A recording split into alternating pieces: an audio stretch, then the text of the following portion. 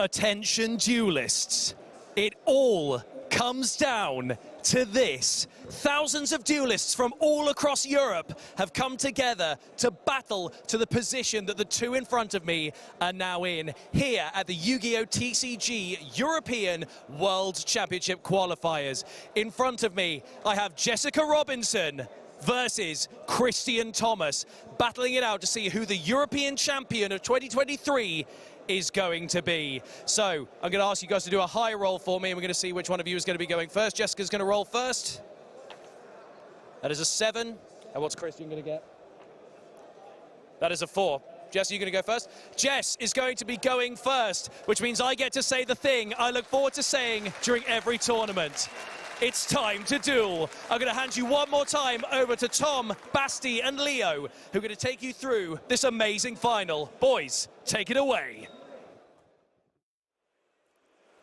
Thank you so much, Ed. We waited for one entire year for another European Championship. It's time to crown a new World Championship Qualifier Europe champion. And it's either going to be one from the UK, Jessica Robinson, or from Germany, Christian Thomas. Guys, how excited are you about this? I can't describe it. I'm lacking words right now. This has been such a hype tournament. The semifinals was crazy as well, and I just can't wait to see how this plays out. I'm very excited as well. They picked the perfect commentary trio. Obviously, we couldn't have the Italians in. We've got the English versus the Germans.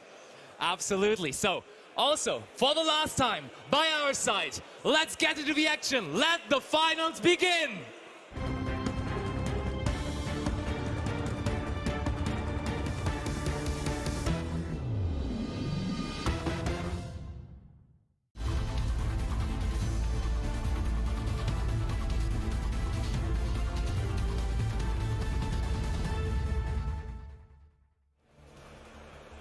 Jessica Robinson is about to start this game with her Rikka strategy, and that is always such a big advantage, especially against a deck like Kashtira that can really give you a hard time with this Arise Hard. However, Christian has built kind of a special Kashtira deck. Totally. That was usually not the approach anymore lately, because we've seen a lot of field-breaking cards being in there. But there's a most loved normal monster of the game right now. Normal Summon Genius Lokai. Yeah, the best play that the Rikka deck can hope for, really. Short of unexpected dice, you don't even have to use your normal summon. Oh, but there's Ghostmourner. Leonard was about to say it. There are a lot of hand traps in this. And there's, for example, Ghostmourner and Moonlit Chill, which makes that Dryas chill for quite a bit. I'm loving the crowd here. It's like we're doing a stage play. You know, every time something happens, the crowd's like... every play, there is a cheer. Have you seen Jessica's hand? There are, I think, 2 infinite impermanences in there, another spell, and now Rikka Glamour. So I think that we might not see a full combo here. This Ghostmourner and Moonlit Chill was absolutely powerful. Huge, absolutely huge. And we've formed quite a crowd here in the venue as well. So many people watching the game, trying to see who's become our new European champion for this. Now, Mudan is being activated, summoning itself, and it's huge for Jessica that at least this is going to resolve. Because if Christian now had Ash Blossom or Impermanence for this, I think Jessica would have been left with almost nothing.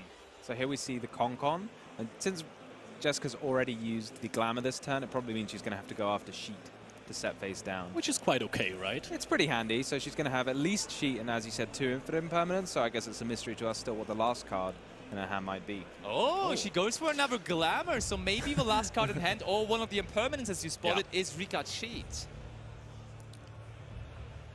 Alright, but let's also see if Christian has maybe another hand trap in his hand. I mean, does he even play field-breaking cards? I think that he's playing 1 enemy controller.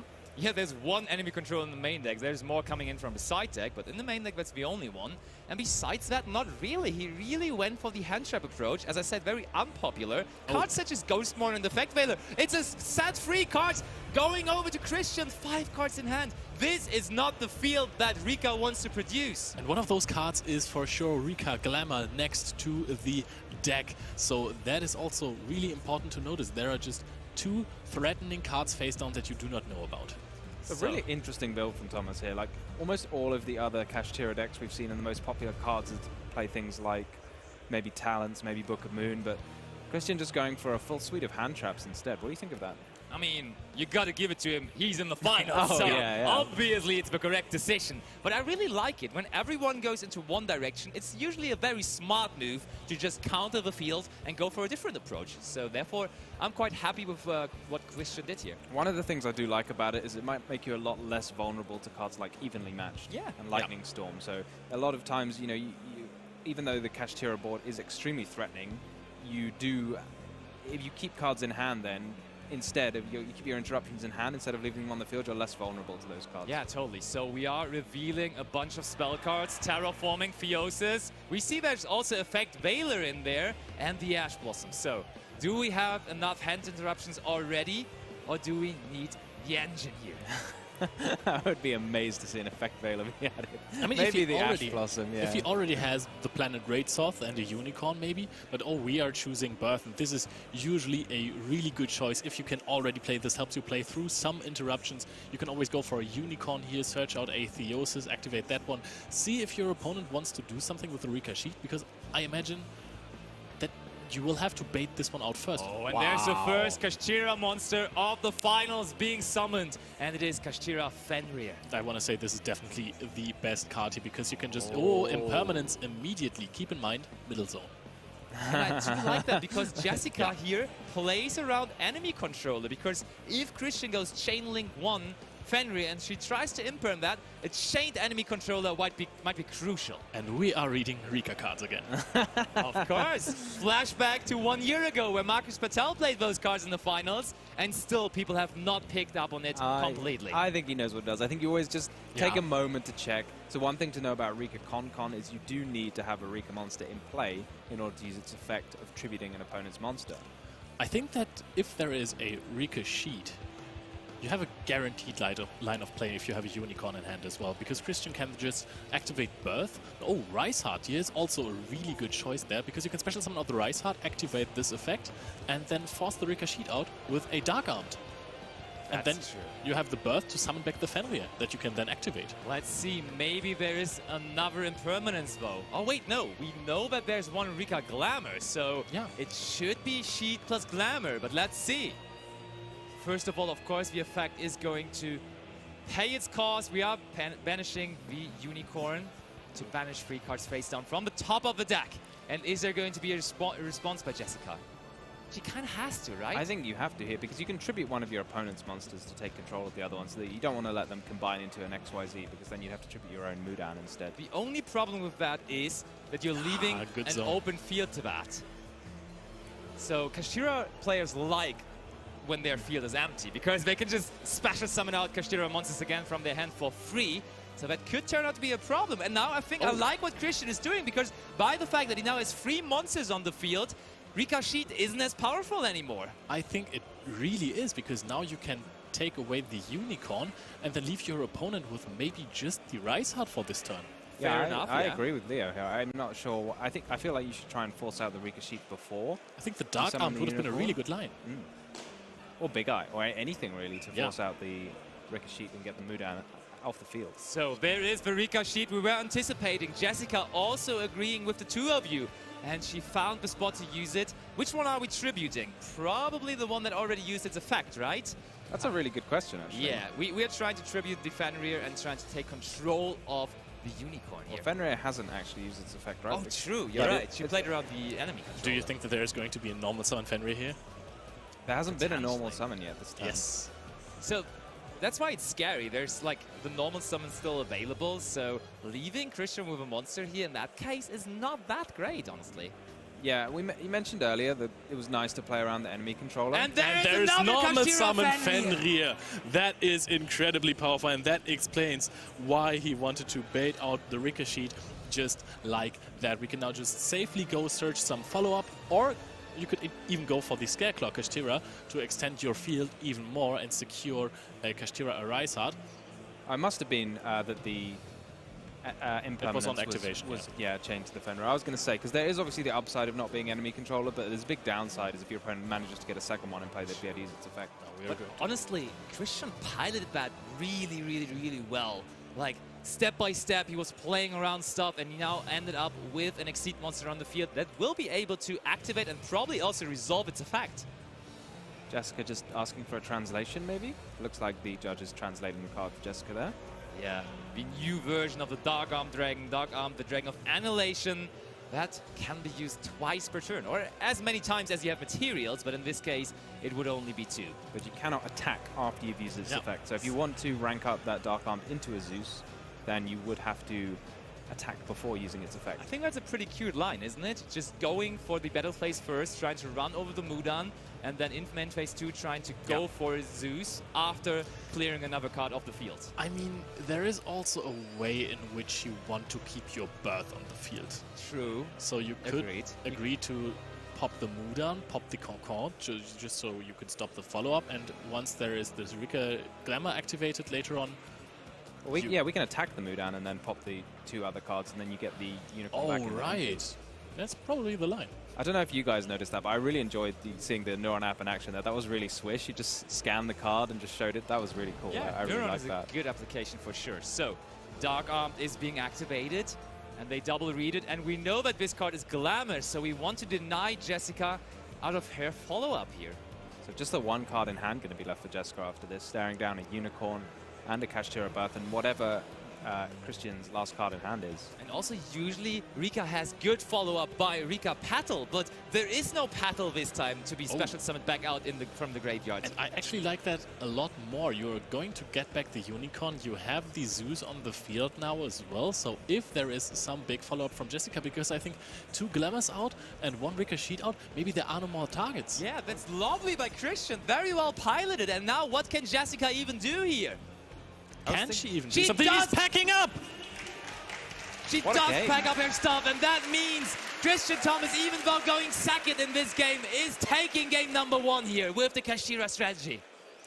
Wow. I did not see that coming. That Mona was crazy. Yeah. That all just completely shut down Jessica's turn. I mean, we've seen time and time again, just 1 Loci can end on this absolutely ridiculous field, and Christian's showing like how his deck is built, and including this large suite of hand traps. Really cool stuff. It worked out like a charm once more, and now, as it worked out in game number 1, it maybe works out in game number 2 too, but Jessica has some tricks up her sleeve as well coming in from the side deck. There is the Naturia Rose Whip, most likely going to be a side in going first into basically every matchup you could imagine. Then also, the Spiritual Water Art Aoi from Cybernetic Revolution from the back in the deck.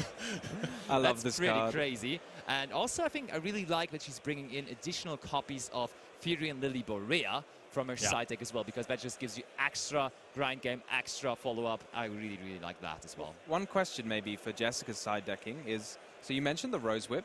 Now, a lot of Kashtira decks play a lot of spells, a lot of traps maybe to help them go second, like Evenly Matched and Lightning Storm and Dark Ruler and so on. However, Jessica's seen a Ghost Mourner. Now, to me, that's quite far down the list of hand traps that you expect to see. So maybe she can cotton on that there's actually a lot of hand traps in Christian's deck. Maybe you keep that Rose Whip in the side.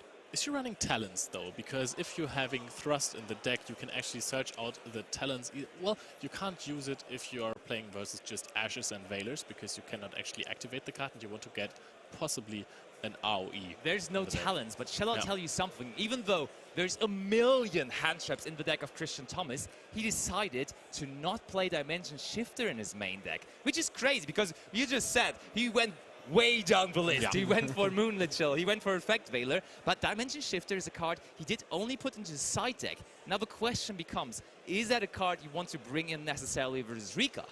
I think it is, for sure. I think the only reason you don't include it is because you're very scared of the mirror match. And also maybe he was, he heard the message that all of the Italians heard that they were all supposed to be playing Flanderies this weekend. But potentially. Also, there is a Vanquish Soul, which also can run a Shifter. So the card is not really that strong anymore, just in certain matchups. Also, I like that if you're saying, okay, if I'm going first, I'm going to summon a Rise Heart anyways, then I really don't need the Dimension Shifter, so I can actually just play other hand traps. To be fair, if you are having a Rise Heart, a Veiler doesn't help you as well. That's absolutely true. The thing is, yes, Dimension Shifter does lower the follow-up that Rikka can create, but they can still combo off quite well. They can still set up some really, really good interruptions, so it does not really feel like the best card you want to have versus Rikka. So I want to say I even like Ghost Mourner and Moonlit Chill better than Dimension Shifter, to be honest. I think it's a combination of hand traps that you want to have, right? You want to have a shifter plus a Veiler maybe, so you have to, on an effect, go shifter chain Veiler, so you can actually resolve both of them. But That's rough, I think in a combination this is really strong. Totally. What also is really strong, that players are ready with side decking, so game number 2 is about to begin. Let's get back to the table right now.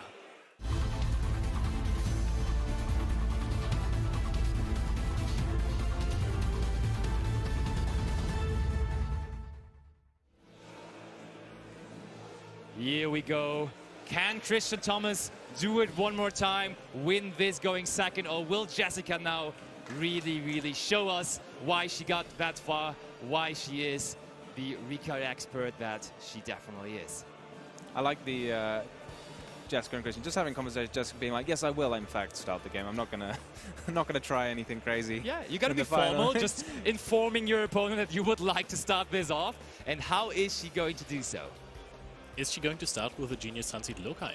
No, this time she is bringing out Marcus Patel. No, no, it's not. It should be called Rikka Robinson at this point, Rikka right? Robinson. I agree. So we are searching out Rikka Princess. Quick double read by Christian Thomas. But as we were saying, this is not Sunseed Genius Loci. So we're not starting off with the Sunavalon stuff. And we got right into the Rikka stuff instead, and usually it's Sunavalon first, Rikka second, but now she already has to start with the ladder. Yeah, is there a good way to bridge into the Sunseed cards? I don't think there is from here. I mean, to be fair, you can just also use the Patal to link summon into the Dryas, but totally works because it only needs 1 level 4 or lower plant monster. But then, yeah, as you just see, she actually used the Rikka Princess here. And if you have Sowing in your hand already, that will do the trick, because now we are into our Sunavalon combo. If you have that card hard drawn, and that does resolve. Oh, that's very cool. Yeah, I was going to say, you don't get the full effect of the Dryas, but if you've already got the Sowing, then... Exactly, there's no surge of the Sowing, but there's a Sowing is already in your opening hand. That doesn't matter at all to you. So we are immediately getting out the Loci here as well, ready to combo off. This is a bit of an awkward start for Jessica, but I am 100% sure that she knows how to go on from here. She basically can play out every single Rikka hand there is. I'm 100% sure, so she will have no trouble to also figure out the line here. I'm really sure. And the cool thing now is also that there's Rikka Princess already in the graveyard. So Christian, with his 1000+1 hand traps, is not going to be able to resolve the first one that he would like to use. Yeah, he will need at least 2, unless, of course, one of them is infinite impermanence, and that one works by itself. I don't know if it's in his deck, but... It is, of course. One of the coolest hand traps, because it's actually a trap and gets around a lot of monster negation. Absolutely. So Jessica going to activate the Rikka Glamour here. What are we searching? Oh, we are searching Lily Borea and also the Snowdrop. That is a super cool pair of plants to add to your hand. Lily Borea gonna find its way into Therion King Regulus, pretty sharp. There is the effect of Lily Borea. So if Christian has something to do here on Jessica's turn, it's probably going to be soon, because we are now also going to grab that Regulus, so we will have a double negate set up. Yep, and that is double protection from hand traps. I think that Christian is going to have to deal with some field-breaking cards here, but I think looking at the side deck, there are quite a few, right? That's the thing. He only plays the good old hand traps in the main deck, but from his side deck, there's much more coming in terms of field-breaking cards. Frost, Talons, Lightning Storm, Duster. I think he's good to go, even though he has no interruption just yet. Do you think that maybe he just sides out all of those hand traps to go for a full power spell going second? That would be pretty crazy. Just tricking your opponent into believing that it's only going to be hand traps, and then just going full field-breaking cards in the second game. I think Jessica will be fine with that. I feel like Rikka is excellent at even being hit with cards like Dark Ruler No More, which has picked up a lot in popularity this weekend. Having access to Rikka Sheet, which is an extra form of interruption that's not a monster effect, and the Concon, of course, just to tribute an opponent's monster, is really powerful. The thing is, I do believe you're just always going to side in Naturia Rose Whip, whatever it is. And if your opponent then decides to go for the field-breaking cards, that is a problem, because Lightning Storm and so on will not really be able to get rid of that. Ah, but the Dark Ruler No More. It would be able to, but I think there is no Dark Ruler No More in Christian Thomas' deck. That is indeed true. All right, then. Rose Whip will be excellent against him. So, Jessica just double checking. I love how Jessica and Christian are playing with each other. Like every single time after something happens, just confirming with your opponent that it's okay, that we can move on, that we can definitely have a safe ground to play on. Yeah, it's always nice to see a match where players are communicating very clearly and just playing like. Just a quick adjustment of the graveyard by our featured match judge. We have the healer on the field as well. Now the life points are going to be adjusted once more, getting some 300 life points in. Tasty. Absolutely. Don't know where that came from, to be honest. So you really wanted those life points. Already on the screen there in the card highlight tool, but will it also find its way onto the field? I think Christian now informed Jessica that he wants to think. And the only thing he could think about here would be a potential Nibiru, I want to say. Does he have Nibiru plus impermanence or something like that?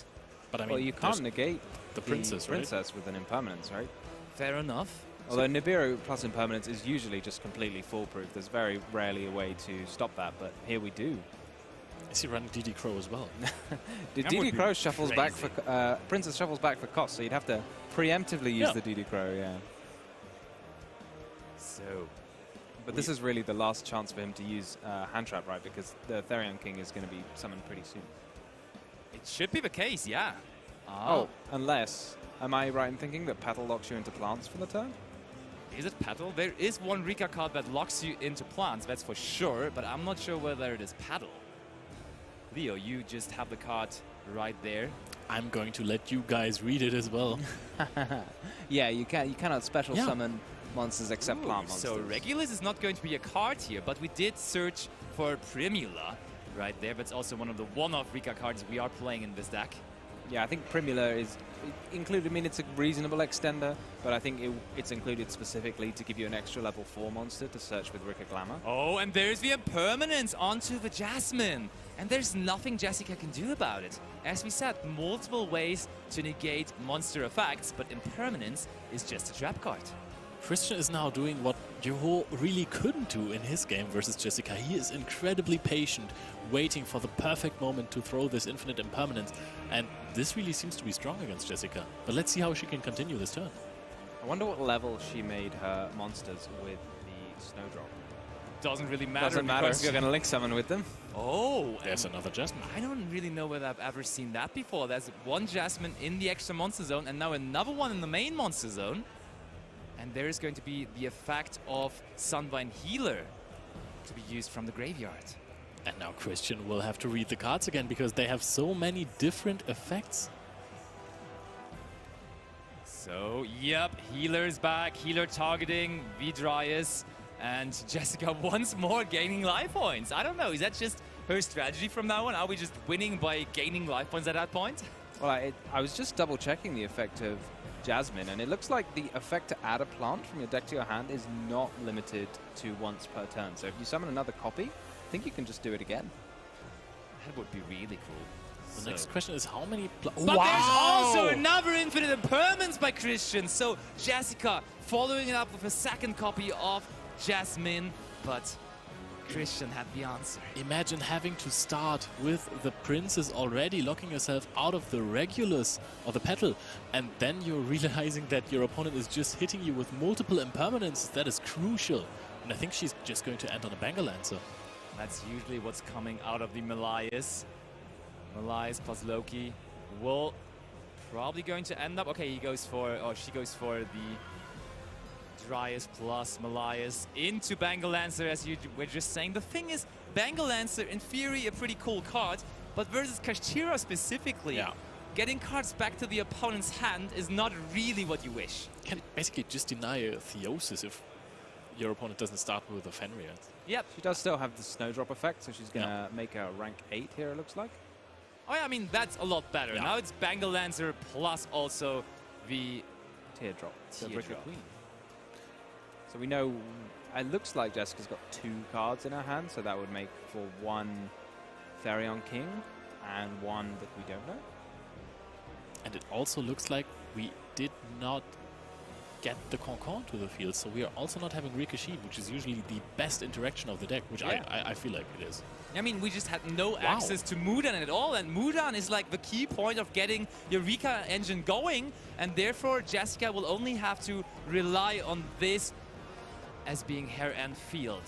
Does Christian have now one of those field-breaking cards we were talking about? Does he just have Darkhold to immediately go after this? Darkhold would be absolutely strong right here. I don't think that this is in the deck, though. It would still be cool. Yeah, we're summoning out Unicorn And here. now it's a crucial point. Do we just tribute this right away and pray that Christian doesn't have another Kashtira monster? Or do we let it go through and maybe search a birth? What do we think of that? I mean, birth then also is crucial. So I think at this point, Jessica kind of has to take a gamble, hoping that there's no additional Unicorn in his hand. And I mean, there's only 2 Unicorn in his deck, so chances are that there is not an additional one. Maybe Princess? All right, but we're going to go to our deck. So Christian is able to search off of Unicorn. And this adds a birth. This is an indicator that there already might be the Kashtira Theosis in hand. Or are we just going to normal summon a Fenrir next to the Unicorn? I feel like the birth is higher priority than the Theosis here, right? Because if you activate Theosis, as you mentioned, then you can chain Bengal Answer, and that will stop the Theosis from summoning a monster. Yeah. Also, the Teardrop is going to tribute one of Christian's monsters, so it will end up in the graveyard at some point, and then having Kashtira Birth ready is pretty decent. But Christian taking his time here to figure out what to do. For birth to be valuable, of course, you need another monster in hand. Because if you have nothing, then you would have to go for the Theosis. Exactly. Yeah, and probably you want exactly Fenrir, or maybe when I say that now, maybe you could have Rise Heart, which would special summon itself and allow you to banish a Fenrir from your deck, so you can get that back birth. Oh, and there's normal the summoning the Fenrir, and now I think it is the perfect... Okay, Bengal Lancer is just going to bounce that one. That's a pretty huge Bengal Lancer here. I do like that, but Christian takes his time thinking about whether to respond. Of course, you will have to pay 2,400 life points for that. But it is going back to hand. Does Christian have a way to extend from that? As you were saying, Rysard would be a pretty good way to do that. But does he have access to that? Maybe Theosis as well? Also, there's still Princess, right? Yep. Sure. Princess is less valuable of a negation when you don't have the Concon, because you can't tribute an opponent's monster to negate an effect. Instead, you have to tribute one of your own, which is normally fine, but both of Jessica's monsters seem pretty valuable here. Oh, but we are, of course, activating the effect of Kashtira Unicorn, so Christian will have a close look at the extra deck that Jessica has brought to this final of the World Championship Qualifier Europe in Utrecht. Does the Disc Colosseum do anything here? That's a very good question. It adds a Therion monster. Yeah, but it also has a battle it actually has a battle effect, so it would be able to, in battle phase, also use its effect, which is kind of nice. Is that only true for Therion monsters, or could it be any kind of monster? No! Yeah, I think it's any kind of monster, right? Once a monster is destroyed by battle and sent to the graveyard, you can target one Therion monster in your graveyard. Yeah. That could be extremely relevant if Jessica knows, and Christian knows. So, but there is the race-off, so he can basically choose which of the ones he wants. Also, pretty important, there is now the attack gain effect in place of the race-off, so Unicorn could just run over Bengal Lancer, and that is pretty impressive. Teardrop also has 2,800 defense, so I think the Unicorn is at 2,800 now as well. So if he finds another monster to summon out, that would be big enough. With a different attribute as well. And that would be the Kashtira Rysard. However, Teardrop is still a thing right here. I'm trying to think of a way in which you are completely fine by just going for special summon Rysard here, because then I think Teardrop would have to be used. Yeah, but then you have Kashtira Birth, and then you can just bring back the Rysard. So I think we're totally fine with that. He decides for the Scareclaw Kashtira, though, which is also a reasonable thing to do, because if you now use Scareclaw Kashtira, you can banish one of your Kashtira monsters from the hand, which you then can bring back with Kashtira Birth. So that's kind of nice too. Yeah, I really love this play actually, because I was thinking, as you guys were, to add the Rise Heart, but then that would get tributed, and then you'd never have a way to get your Fenrir into play, because you'd have to bring back the Rise Heart from Kashtira Birth. But this way, you just banish the Fenrir straight from your hand and can summon it straight up with Birth. Also, it's got a very threatening effect when you go second. Scareclaw Kashtira. Any monster that battles a Kashtira monster will have its effect negated. So this forces out the Teardrop if he wants to, just by attacking. Jessica did not even think about negating the effect of Scareclaw Kashtira, because that activates a hand that Rikka Princess in the graveyard was not chained to this, and therefore it has immediately hit the field. Because if she would have just negated the effect of Scareclaw Kashtira, that would have meant that both cards would have stayed in hand, right? I think so too. Let's check Scareclaw Kashtira if this is... I think this is not a cost, because you can Ghost Spell it. Yeah, it's not a cost. That's the thing. Like, both of them would stay in hand, but there is the tribute effect of the Snowdrop. Or rather, Teardrop it is, right? And now I think you can even run over the Teardrop with the Scareclaw Kashtira and run over the Bangalancer with the Unicorn. True, we now have 4 attributes, so that Unicorn would be big enough, but also, of course, the Scareclaw Kashtira is big enough to run over it. I was thinking... Oh, wait! But let's not forget about the bonus effect of Teardrop, right? Because Teardrop gains 300 attack and defense. Points. Oh, only attack points? Oh, that's I read really that one earlier unfortunate. as well. I was checking to see if it gained enough stats, but it doesn't, unfortunately. So I was thinking as well about the Discolosseum protection effect, or the add-back effect, rather. If you take away... Okay, we're attacking with the Scareclaw Kashtira. If we are using the Discolosseum to summon back, to add back the Lily Borea, you can special summon out the Lily Borea soon, but there is no card that you can search from your deck, and then you have no card in your graveyard that you can target with the Therian King Regulus that you have in hand. So you could still use it as an extender and then link it off at some point, but you would... I think it's a free summon. It's pretty good. Depends on your hand. that was what I was about to say too. I think once you finished your own thought, it was like, yeah, I think we should add it and then summon with it. Yep. But it's definitely worth considering. Of course, Jessica does use the effect, does remember the effect of Therian Discolosseum here, and that will be able to send that Lily Borea to the graveyard. Oh, it protects as well. Yeah, absolutely. No, I was getting confused. So you can protect and send to the graveyard, and then when you destroy by battle, then you can add 1 back. So you also have 2 Lily Boreas now. This is really, really strong. Yeah, I hadn't realized this either. Christian may not either have realized how badly this was going to go, maybe, just using the battle phase here. It's almost like we weren't reading the cards completely. What a mystery. I mean, we can't even blame Christian. We didn't even. We had the card in front of us, we read it, and we both missed the first effect. Happens every time. To be honest, Therian Discolosseum is not the card that usually stays on the end field of the Rikka board. It's no excuse, though. Exactly. You would usually have Rikka Concom there, which is super powerful. But we are just trying to attack again. And this time it is successful. We are running over the Teardrop. I thought that at this point you could run over the Bangalancer as well, and then go into a big eye, take control over the Teardrop, because you can actually use the effect as long as you have a plant monster as the material, and then go for Zeus over the big eye. Oh, that's a cool idea. I would have liked that too. Yeah, I was thinking of big eye, take Bangalance. I'm not sure. That works as well, I think. So let's see, do we go for the good old Big Eye? Such an old and iconic card. Of course, it's not the regular Big Eye, but the number 11 Big Eye. 11, my lucky number, by the way, in case you didn't know. I was wondering if you knew the effect of regular Big Eye. There's none, right? Or is yeah, there's a Big Eye. It's a flip. Look at the top 5 cards of your deck. Oh, fair enough. Bangalancer has a powerful grave effect that special summons itself back, so it is much cleaner to go for this line, go for the Zeus over the Big Eye, and take the Bangalancer because it can't be summoned back immediately. Honestly, I feel like Christian has not done a single mistake so far in this final. He's really piloting well through what Jessica is putting up there, but now he has to face that Rikka Paddle coming back from the graveyard in the end phase. Yeah, Paddle are really powerful. A little extra bonus at the end of each of your opponent's turns. Even if your opponent looks like they've got through everything you have to offer, there's still one more thing you're for sure going to have to deal with. This is also, Christian has not lost a single life point so far, so Bangalancer won't hurt him that much. Does Bangalancer have any restriction, or can you just use this whenever? So there comes the Regulus from hand. We knew about that. Does Christian right away respond to that? I mean, you can't really, right? I do agree, it's kind of rough. It'll be an interesting time to Zeus. But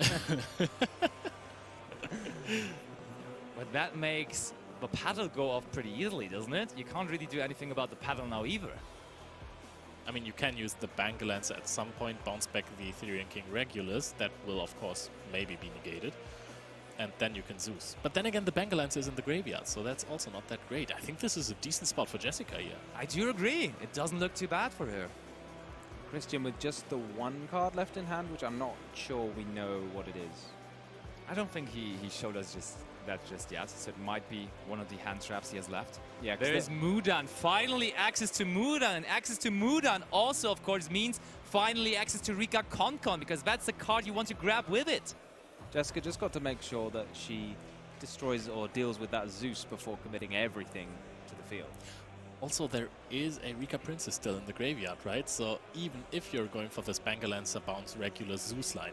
Oh, and look at that. All three Lily Boreas now in play. As we were saying, 2 already in the main deck, and the third one find its way into the main deck as well from the side deck. So I love that perspective. All the Therion cards there right next to each other. Yeah, is this a Rikka deck or a Therion deck? At this point, it's Therion. I couldn't tell. Regulus, Lily Borea, and Lily Borea there, forming a pretty cool field. And also that Disco Seon there, so it's even stronger. It's true. Yeah. Does Lily Borea have any other effects other than searching a Therion spell? A Therion monster equipped with this card gains 700 attack. So actually, this would be big enough to run over the Zeus here, which we are trying to do, in fact. But there is still a Raidsoth for Christian. But wait, let's calculate. Lily Borea is equipped with one Lily Borea, meaning she goes up to 3100. But there's also Raidsoth, and Raidsoth does not only increase attack points, but also defense points. And for any monster as well. I do believe that Zeus is actually big enough to withstand that attack, right? Yes, I think we are going to take damage here from attacking into the Zeus. Jessica got a little bit ahead of herself, because I think that Therion King Regulus is still stronger than the Zeus. So Therion King's at 3,500. How many attributes do we have in play? 1, 2, 3. I think it should be 3, yeah. Oh, and on attack declaration, Christian heavily considering to use the effect, and he in fact does so. And Jessica still has that Rikka Princess in the graveyard. Yeah, perfect time for the Rikka Princess here. Not too much of a cost to tribute off that Lily Borea. It wasn't even big enough to attack over Zeus anyway, so what do we need it for? That's indeed true. And now the Zeus is run over by the Regulus. The next question I want to ask myself is, what can she do after this? Because yes, she got rid of the Zeus. She used the Princess. There is still a Bangalancer on Christian's side. He has the Kashtira Birth and 1 card in hand. But so I mean, we have Mudan. Jessica has the Mudan. Yeah. And she has the Therion King to negate Bangalancer. And Therion King as well, normally it only comes in with 1 negate, but I think you can negate by sending the Lily Borea if it's attached as well. So that should mean you can negate once on this turn and again on your opponent's turn. I think you need to treat a monster? I'm not too sure about that. So Mudan coming onto the field, and the last card in hand for Christian was Effect Veiler, so still no access to Rikka Konkon here. Through that Effect Veiler, that's huge for Christian. So Jessica really again being stopped in her track. But we are trying to negate with Regulus, sending the Lily Borea. I think you have to send a Therion monster card. I think it's still considered a Therion monster card, yeah. It's a bit of a strange ruling, I totally agree, but I think it's still considered a monster card. It doesn't say equip it as a spell card. Although I'm not 100% sure, but I think I've seen people equip do this that monster before. to this I'm card. 99% sure that Jessica has done that a couple of times before, and she knows her Rikka stuff and also her Therion stuff, so I would be pretty shocked if that wouldn't be correct here. And therefore we do, in fact, get access to the Rikka Konkon, which now will be the new field spell on our side of the field. Would it have been the correct play to preemptively use Bangalancer on the Therion King Regulus, just so you have this Veiler in your hand that you can activate if the Mudan comes down, because you knew that it was coming? I do kind of like that, I gotta say, yeah. Because, I mean, Mudan activates in hand, right? Wait, you can only set up your Rikka cards with Konkon if you control a Rikka monster. So if you bounce this one back now... Can we tribute summon the Mudan? Yeah, exactly, that's what I was thinking. How big is Mudan? Mudan is level 6, I'm pretty sure, so we can just tribute it over the Regulus. That's what I was thinking. Oh, this is a very cool game. There's a lot of niche interactions going on here. Let me just double check. Yeah, it's a level 6. It absolutely is a level 6, so we could make our Rikka Konkon live here again. Oh, and there's also triple tactics thrust! Sided in, going first by Jessica, but now there's a monster on Christian's side of the field, so we can just search out any spell or trap card that we like from our deck. That's huge. Are we actually searching for glamour right here? Because then you could tribute the Bengal Lancer on the opposing side after you tributed the Regulus, of course, because you still need a plant monster. Or there. maybe a talent? Does she have a talents to go with the tactics? No, we checked for that earlier. There's no talents in her deck. Wow, just the tactics. I mean, there are other really good cards you can grab out. Maybe something as simple as a Harpy's Feather Duster to make sure that Birth is no longer in play. Oh yeah, right after this. Oh no, we can't use Birth here.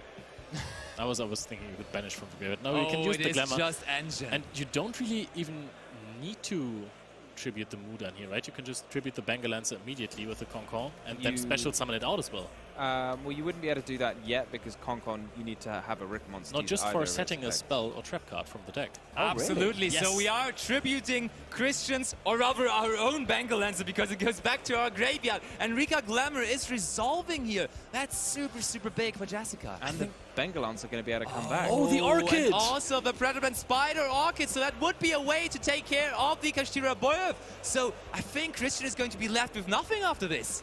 Was it really the correct play to Bengal Lancer the Therian King Regulus and keep the Veiler in hand for the Mudan later on? This is such a crazy comeback from Jessica. She really shows Christian how to play this Rikka deck. I mean, he's not trying to play the Rikka deck, but now everything is cleared off. The Birth is gone as well. Bengal Lancer is going to be summoned back. There is still the Therian King Regulus. This is just looking perfect for her in this game too.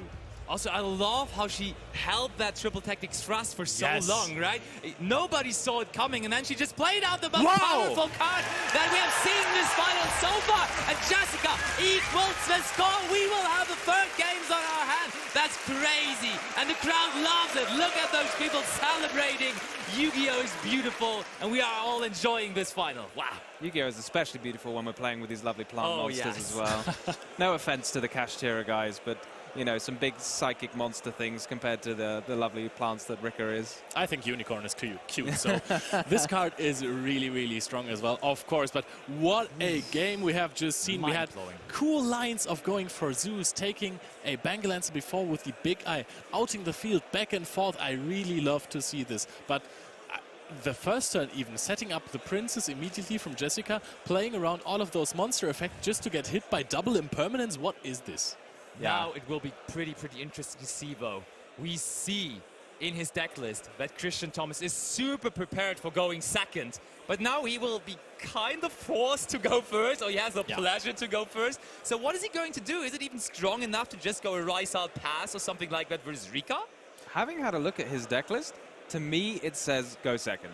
You think he just goes second again? Well, if he wants to use his side deck, I think he's going second with it. But maybe he goes first and just shoves in those anti-spell fragrances. There's anti-spell fragrance, so at least he has an option if he wants to really guarantee having something cool to go with going first. Also, I think if you're running all of those hand traps, it doesn't really hurt you if you're trying to go first, because those are just a great backup behind this Kashtira, a Rysart, maybe also a Shangri-Ira and a Fenrir. So this field is still kind of impressive. If you can back it up by Morna and Ash Blossom, this is still really, really strong. Totally agree. I think we are going to see him go first, and I mean, there are so many super versatile cards in his deck too, because setting enemy control is also kind of nice, because you can do the Rikka technique of actually taking the opponent's monster Can't to your tribute side the of the opponent's field. monster, though. Yeah, that's actually a sad thing, but I think it will be good enough for him in that case. And I mean, as you just said, there's so many cards you can just keep in your hand, being protected from field-breaking cards such as Lightning Storm and all that kind of stuff. Evenly matched, also one of the cards that Jessica Robinson is siding in, which is a superb side versus Kashtira, but not that superb of a side versus the hand-trap Kashtira deck that Christian Thomas is bringing. Christian Thomas just with a fantastic call for this event. Totally. I'm absolutely in love with it. He already secured his spot for the World Championship with it, but now he wants to also secure being the European champion. He wants to bring it to Germany. Now that the UK had it last year with Marcus Patel, he wants to take it to Germany again. And I mean, we haven't been European champion for a while, to be honest, because before that it was France, before that it was UK as well. I was going to say, I think we're going to continue a streak of UK domination. We will have to see We had a UK versus Germany final in the last Euros as well. We had Zio Mundri in the final there. True. So, yeah, Christian Thomas is trying to take it to Germany here.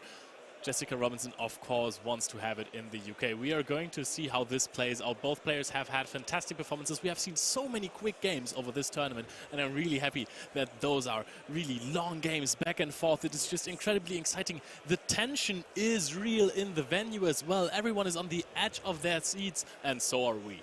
I think the crowd as well, though, is so happy to see. I mean, maybe they're not all supporting Jessica, but everyone just really wants to see that game 3, and they're just really enjoying the final. So we will have to see. Does history repeat itself after last year? Rikka already won 1 European Championship. Is it going to be one more time, or will Christian Thomas and his Kashtira deck be the new European champion? Let's start game number 3 of the finals right now.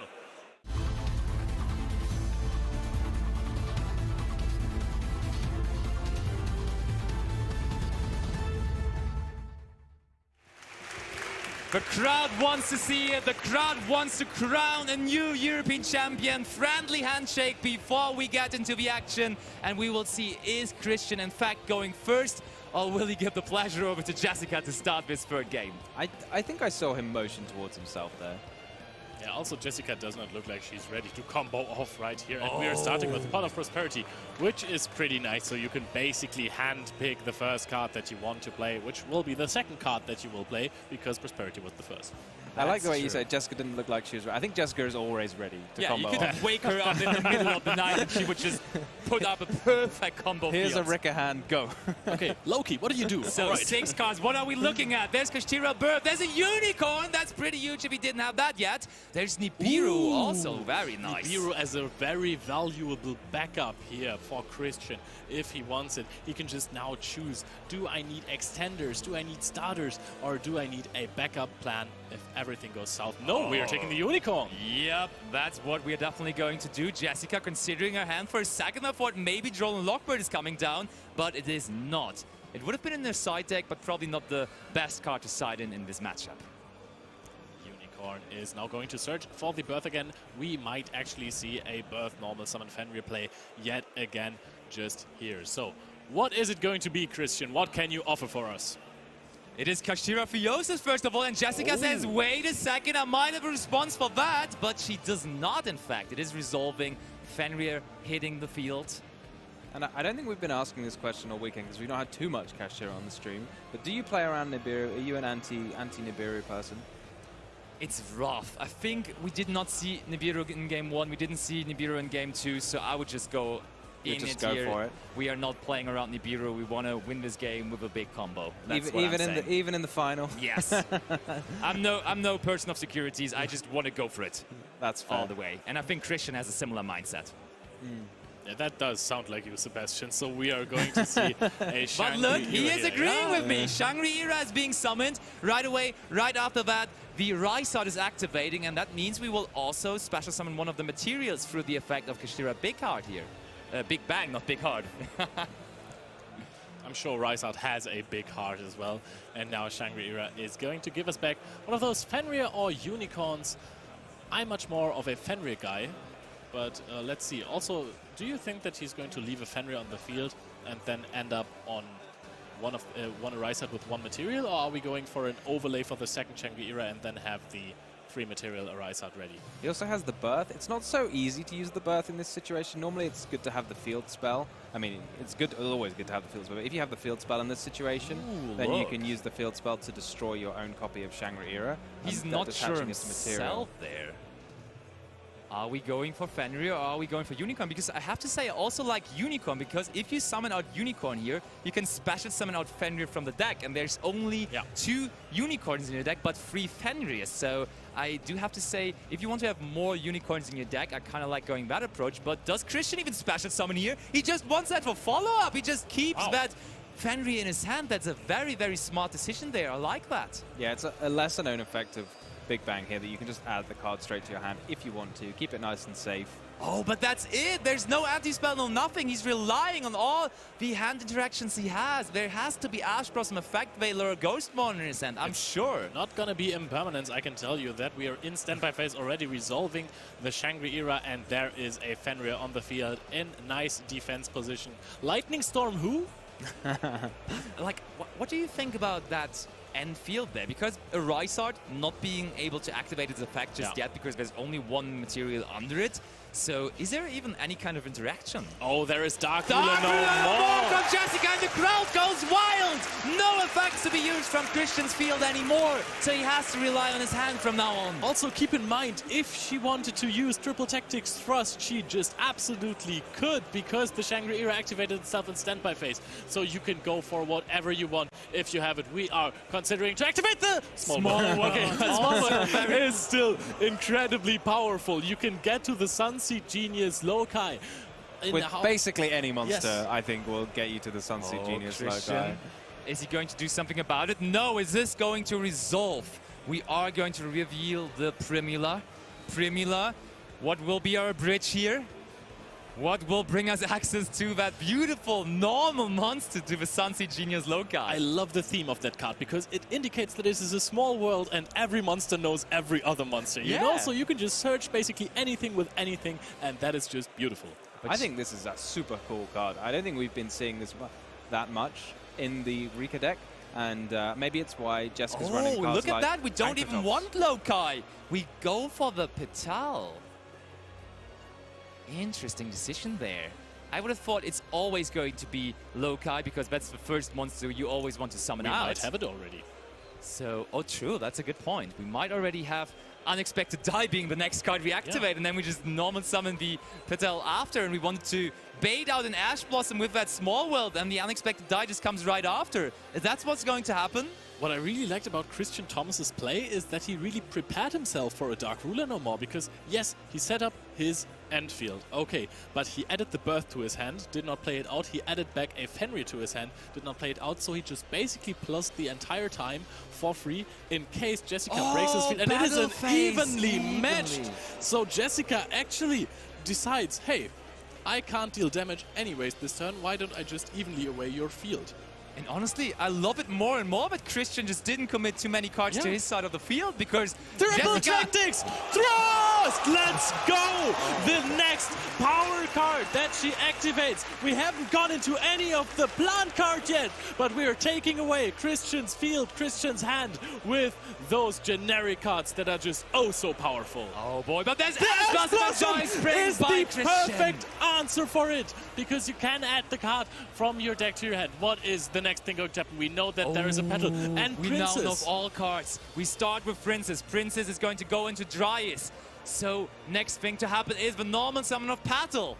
Is there any more interruption from Christian here? There can't be, right? Because we have the Princess, and we have a Princess in Graveyard should negate any monster effects, and no more Infinite Impermanences can come down. But what do you make of this? Because Christian has a lot of follow-up in his hand already for the next turn. Fenrir and Birth, that is just a lot. And also she has to get rid of the Kashtira Erasehard. I'm pretty sure there will be some Mangalancer shenanigans later on which can remove the Erasehard from the field. However, we can tribute it for Concon. I think it shouldn't be fair too point. should be nice and easy to get rid of that Erasehard. There is the Concon. Concon also just immediately using its effect to set a Rikka spell or trap card. Do we go Glamour here? Most likely, right? Yeah, I think so. One thing I'm really impressed by here is against almost every other Kashtira deck, there would have been a couple of set face down spell or trap cards, and that evenly match would have been very, very powerful. But here, it's already paired with the Dark Ruler no more. It was very minimal effect here. I mean, you might as well use it, of course. You've already used the Dark Ruler. You're not going to get too much value out of your battle phase, but this is really showing off Christian's deck building here. And honestly, after seeing all of this, I think Christian just maybe didn't know that Jessica is not running Triple Tactic Talents, because arguably Glamour is the best card you can ash. She's just going to get 2 plants off of this, because what else could have come off the ash? Yeah, the thrust. You're right. Most likely would have been that. So we can now, because we also tributed another monster for cost, search for Petal and also for the Loci. And the thing is, we did already normal summon, so both of these cards are not going to be too impressive for this turn. So what can we make out of this here? That's what I was thinking. Both of these monsters are not too useful. I think the only real way is to go into good old Sylvan Dancepion and then try to hit a card off the top of our deck. I like that, to be honest. Is Dancepion Link 2 or Link 3? It is a Link 2, so it would be available, but she just passes it over. 1.5 minutes left on the clock, and it's again Christian Thomas' turn here. Christian Thomas has the title as the European champion in the palm of his hand. He is now special summoning Kashtira Fenrir from his hand. He has the Birth follow-up, and he has, I think, at least 2 more cards. So that is really a lot that he can work with. Jessica not using the princess here. She's slow rolling it quite a lot. We are searching out the Rysart, and I think Jessica might think that she would have to wait with that princess for quite a while for maybe banish face down effect or something. And it's very important that you are double reading that Sunavalon Dryas here, because you might think, hey, there's only a monster with 0 attack and attack position, so we could even just run over it. But it's not so easy with the Dryas. You gotta read the effect fully there. Birth is going to summon back the Unicorn. Unicorn is going to be able to search Kashtira Theosis as follow-up. We're going to summon the Rysart now as well. Everything in attack position. Is it possible that Christian Thomas is going for the game push right in this turn? Or is he going to slow roll? He has the Kashtira Scareclaw in hand, so no need for Theosis special summoning out the Scareclaw. Are we going to try to win this game in this turn? Jessica is going to have a princess, presumably to negate that Scareclaw Kashtira, maybe tribute off the Unicorn. In the last game, yes, we are going to tribute that Unicorn. At least that's what she's thinking. Time is dwindling down here.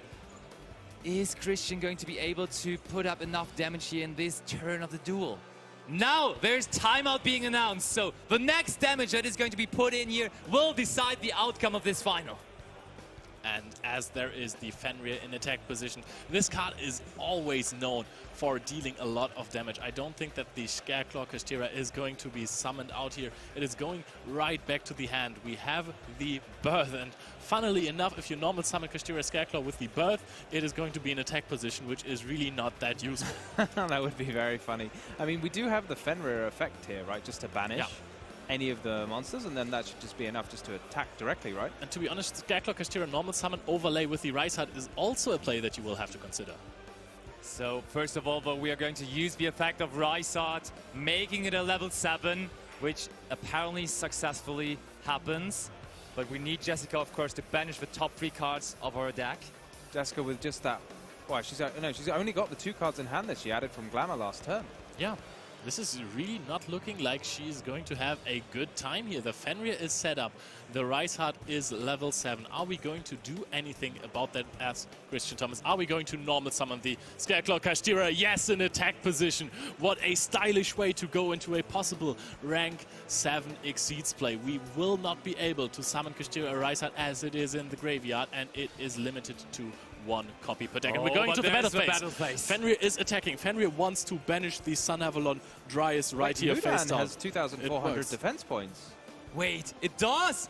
Did Christian forget? Mudan actually is 2,400 defense? What? We will not be able to run over this Mudan. What's going on? Christian, did you not read the defense stats of this monster? Just had to target the Mudan, and then it says you can attack directly if your opponent only controls a Dryas, and that would have been the game. Christian, what a huge misstep. We're in battle phase. I don't think he's going to be able to deal damage this turn. Christian Thomas just took the game out of the palm of his hand and maybe just gives Jessica the chance to recover in another battle phase. I would have never imagined this. We're looking at our extra deck. This might mean that we are already in main phase 2. That was a really easy way to deal damage. Christian. So now he's considering his options, and also that will mean that there will be an attack position monster now left on the field, most likely for Christian. Definitely main phase 2 here, because we're activating the Pot of Prosperity. That is crazy. So it seems like Jessica will have another chance here in this. And of course, it is not going to end in a draw, as this is the final of the European Championship. But that means the first damage that is going to be dealt, or in this particular case, maybe even the first life points gain that Jessica might perform, and could be cool here. If Christian just activated this Pot of Prosperity before, because how many life points you're taking does not matter, he would have found the enemy controller to turn the Mudan into attack position. Or just take it. Anything. Or that. That would have been easy, but now he has to think about what to do in main phase 2. Way worse of the situation, and I think now you kind of want that effect veiler as an interruption, don't you? Maybe the enemy controller. Just take that monster off the field, get rid of maybe your Scareclaw Kashtira that has 0 attack points. But I mean, also we kind of have to deal with that Mudan now, right? Because I think this is Mudan Dark Arm time, is a Rikka monster on the field with Rikka Con together. I don't think that's too favorable. So probably just Dark Arm for both of them, right? Yeah. Yes. Dark Arm summon in attack position, which is also really brave, because we're opening ourselves up for another bit of damage. You can, if you leave up one monster in attack position, then you can tribute it off of with enemy controller later on. But if you have two, you do not have the option to have all of your monsters in defense position later on. So we're getting rid of the Konkon and of the Mudan. We're banishing the Theosis first, so we are going to add some resources back to our hand. Christian Thomas is still not in a bad position, but I think it's crazy how often we have seen this for so many important games this weekend that players just do not attack for game. Is it even correct here destroying the Mudan? Because that should let you summon the petal, or the petal can summon itself anyway, right? Yeah, you don't need no monsters, you just need only plant monsters. You just can't have a non-plant, yeah. So here comes the petal. Good start already for Christian, but and I mean, yeah, Kashtira Fenrir already was used to banish the Dryas face down, therefore we can't use it here anymore, as this is still the end phase of the same turn, and play will go back to Jessica Robinson, who now has the game in her hands. She can decide it here in this turn. She must be absolutely amazed she's getting another turn here. We know there's one petal, one Sunseed Genius Loci. What else can she do? And Christian Thomas playing this entire tournament carefully to perfection just to not attack in the correct sequencing. We're going to see another Rikka Konkon, wow, that which was is the top deck. Absolutely crazy draw right here. What are the other cards? It's Princess in hand and Petal, right? Yes. Loci. It's Loci in hand, so you don't even want to take the Petal here because that would enable him just to her to normal summon the Loci and then go off. We have Birth though. Does that change anything? Birth can be activated here after the Konkon resolved, and now we are not going to banish anything. Konkon is going to set a Rikka spell from the deck, which is Rikka Glamour in this case. Rikka Glamour can tribute away the Fenrir. This Konkon is super powerful here because it can just clean away that Fenrir before you have to use any monster effects. So now that's one less interruption to worry about. I'm kind of worried that Christian also did just not use the Kashtira Birth effect there, because that Kashtira Fenrir might be gone in a second, as you were just mentioning. Yeah. So rather use the Kashtira Birth effect to banish 3 cards from the grave face down quickly. Maybe she's just in his head right now, because this was a crucial mistake. And I don't know if he can recover from this, because Jessica just needs to deal any kind of damage right here. Or gain any life points. We are tributing Fenrir for the effect of Snowdrop there. And you cannot respond by tributing your Fenrir with enemy controller, because it is being tributed for a cost. That is 2 special summons already, yes, and she just has to gain some life points. And we all know that a card that is called Healer is really good at that. And getting another petal in play for free with the Snowdrop effect. Snowdrop can make all of your monsters level 8 here, which is another threatening thing. I mean, no level 8s do damage, but they clear away that Dark Arm Dragon very, very easily. Christian Thomas is shaking his head. He knows what just happened, and Jessica is just in her element right now. This is what she wants to do the most. Go for uninterrupted combos with the Genius Sunseed Loci. It enters the battlefield one more time, and this looks like a really, really easy combo for her, because she just starts with 4 monsters on the field. Yeah, I mean, she's got that Genius Loci, which is full combo by itself. It's definitely enough to force out the enemy controller. You can just gain some life points maybe with the healer. This is going to have to be a very magical enemy controller, or something in Christian's hand that we don't know about. Maybe a Nibiru. Maybe a Nibiru. Nibiru could be a card that could turn this around one more time, but I gotta say, Healer is so powerful because it doesn't even activate at some point, but it does activate on its summon. So enemy controller cannot really answer that at all, to be honest. And the Princess now should answer any possible hand traps. Ooh, Nibiru not really a problem anymore. It's getting tense in here. Also the crowd, just everyone basically on the edge of their seat. They want to see whether Jessica will be able to do this. Jessica does need to know the rules, that she doesn't lose just for taking 1,000 to the Sunvine sowing. That would be quite funny, yeah. Even though you gain it back instantly. So Dryas being summoned. Christian probably going to think about that for a second. Jessica saying, sure, go ahead and use the enemy controller here. We now have all the time of the world because we are already in timeout. I mean, she can just make a healer straight up. She doesn't need to do anything else. Healer just needs 1 material, right? Yeah. That's true. And she's already touching her extra deck. She wants to bring it out so badly. Sunvine Healer might be the card to decide this final here. I could just imagine the nervousness on Jessica Robinson right now, wanting to go for that healer. Why can't I just play this card right now? I want to get ahead in life points, in timeout situations. But there's Nibiru!